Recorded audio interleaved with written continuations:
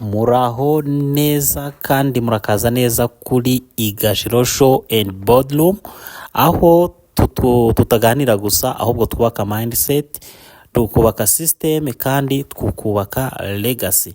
Uyu munsi rero turaganira kuri imwe mu myitwarire itandukanye abakire ndetse n'abantu bahora bashakisha cyangwa abahigi, abantu tubayeho mu buzima bw'abakurambere bacu batubanjirije n'abandi bantu bari aho ngaho ubwo bukungu ari bwo bubasanga aho bicariye. Aba bantu rero ubundi batandukanywa n'ibintu bitatu by'ingenzi ari byo ngiye gutangira mbabwira. Icya mbere, aba bantu batandukanira kuri mindset. Icya kabiri, aba bantu batandukanira ku cyo bita discipline. Icya gatatu, aba bantu batandukanira mu buryo batekereza ku bintu by'igihe kirekire, cyo bita long term thinking. Noneho tukibaza tuti mbese wowe waba warigeze wibaza kuki abantu bamwe bahora ubona nyine bakira ariko abandi ukabona nyine bahora birukanka ariko nta kintu bageraho? Nawe ibyo ngibyo byibaza. Ushobora kwibaza ko ari amahirwe, ushobora kwibaza ko ari aho abantu bakomoka cyangwa se uburyo batekereza ku mafaranga. Reka rero twinjire muri iki kiganiro cyacu, dutangire turebera hamwe ibijyanye na mindset. First of all, abakire bo ntibatekereza ku mafaranga nk'icyo gukoresha gusa, ahubwo batekereza ku mafaranga nk'igikoresho. Ni ukuvuga ngo iyo babonye amafaranga bo bahita bibaza bati aya mafaranga azabyara iki? Ariko abantu benshi twebwe tubonye amafaranga turibaza ngo aya mafaranga yagura iki? Ngira ngo mujya mubyumva kenshi nk'iyo umuntu agiye gushaka, mujya mubyumva umuntu agiye gushaka ibirayi, wagiye ku kazi ariko wagiye gushaka ibirayi, wagiye gushakisha ibindi bintu, nyine uba wumva ko mind yacu akenshi kuba ari ukugura kurusha uko ya mafaranga twayakoresha akabasha kubyara andi.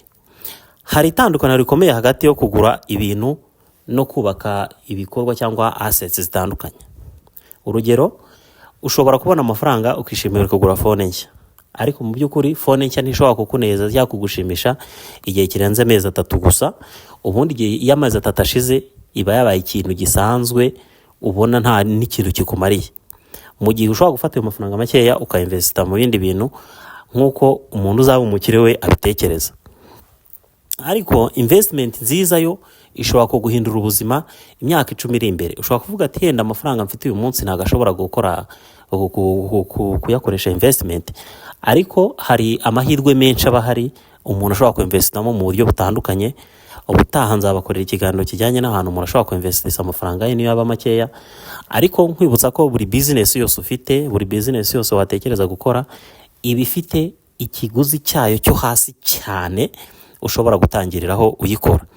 Ni ukuvuga ngo rero turebye nk'iyo myitwarire ijyanye n'uburyo abantu basetinze mu mafaranga mu mutwe, ushobora kumenya nimba uyu muntu atekereza nk'abakire cyangwa ukamenya nimba umuntu atekereza nk'umukene cyangwa nk'umuntu uhora ushakisha. Reka nere gukoresha ijambo bakene kubera yuko ntago ntekereza ko ridasona neza, ahubwo yenda reka dukoresha ijambo ry'abantu bahora bashakisha, kubera ko ubona nyine ari ukubyuka mu gitondo. Nta hantu hanini cyane, nta tandukaniro rinini tuba umuntu ubyuka ajya ku kazi buri munsi cyangwa akora presence ye ku kazi. Nta hantu bitaniye no kubyuka mu gitondo wegura wegura ibikoresho byawe ugiye guhiga inyamaswa kugira ngo uze gucyura inyama mu rugo abantu barye. Ni ukuvuga ngo byose bijya gusa, ntago bifitemo itandukaniro rinini. Igice cya kabiri kindi rero usanga gitandukanya abantu b'abakire n'abantu bahora bashakisha ni ibijyanye na discipline. Discipline ni ikintu kinini cyane udashobora gupfa kubonera ubusobanuro, ariko reka mbivuge neza. Nukena kubera ko ntago ukena kubera ko winjiza make, ukena kubera ko ukoresha ibyo winjije. Hari abantu binjiza menshi ariko bagahora mu madeni. Ni ukuvuga ngo ushobora kuba winjiza amafaranga menshi ariko bikagoza mu madeni. Hari abinjiza make ariko bakubaka buhoro buhoro, bakubaka ibintu byabo buhoro buhoro, kandi ukazajya kubona ukuntu bagize ikintu kizima bageraho. Ni ukuvuga ngo umuntu uhembwa amafaranga menshi ntago biguha garanti yo kuzaba umukire, ariko uburyo ukoreshamo amafaranga yawe niyo yaba makeya bishobora kuguha garanti yo kuzaba umukire.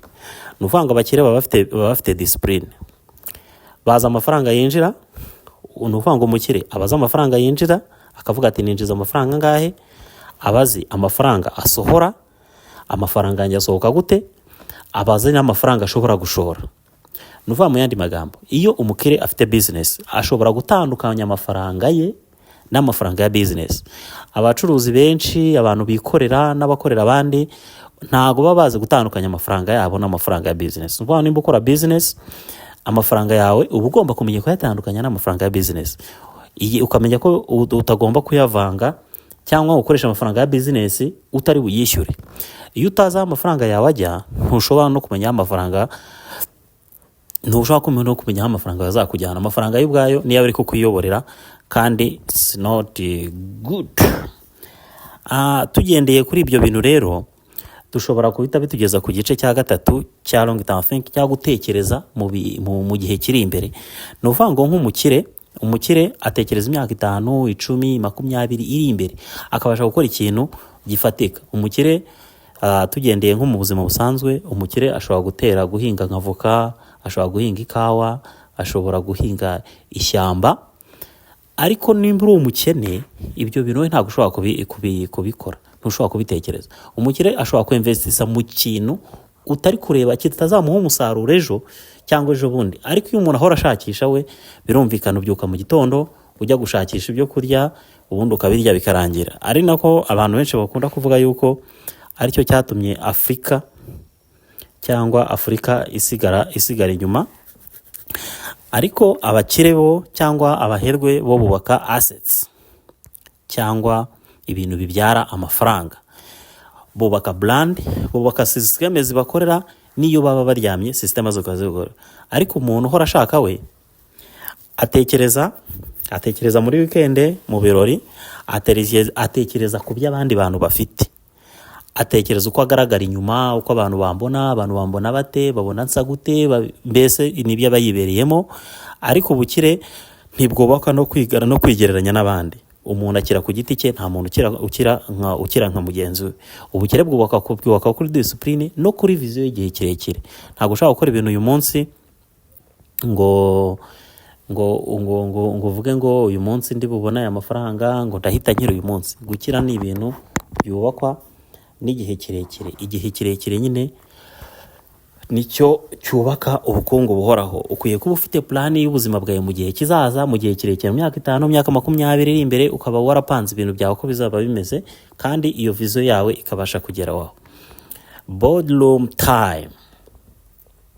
Reka nkwibariza ikibazo gikomeye. Ese kuki abantu benshi batinya gushora imari, ariko badatinya gukoresha amafaranga mu bintu bitazabagarurira inyungu, cyo twakwita nka return on investment? Umuntu ashobora kugura televiziyo y'ibihumbi 500, ariko agatinya kugura, ariko ugasanga ntafite imigabane y'ibihumbi 500 mu kigo runaka. Umuntu ashobora kuba atunze telefone hands, afite telefone igura nka 2 miliyoni, ariko mu by'ukuri nta kantu na kamwe afite kaka assets gashobora kumubyiga k'izo 2 miliyoni. Abantu dukunda gukoresha amafaranga, ariko ntago dukunda gushora imari. Bivuga ngo abo bantu twese tuba turi mu cyiciro kimwe. Ariko mu by'ukuri abantu dutinya gufata risk yo kudukiza, ariko ntidutinya risk yo gukoresha amafaranga dusubira atazagaruka. Icyo ntago ari ikibazo gisanzwe, icyo ni ikibazo cya mindset. Nuko nyine abantu tuba turi kubitekereza.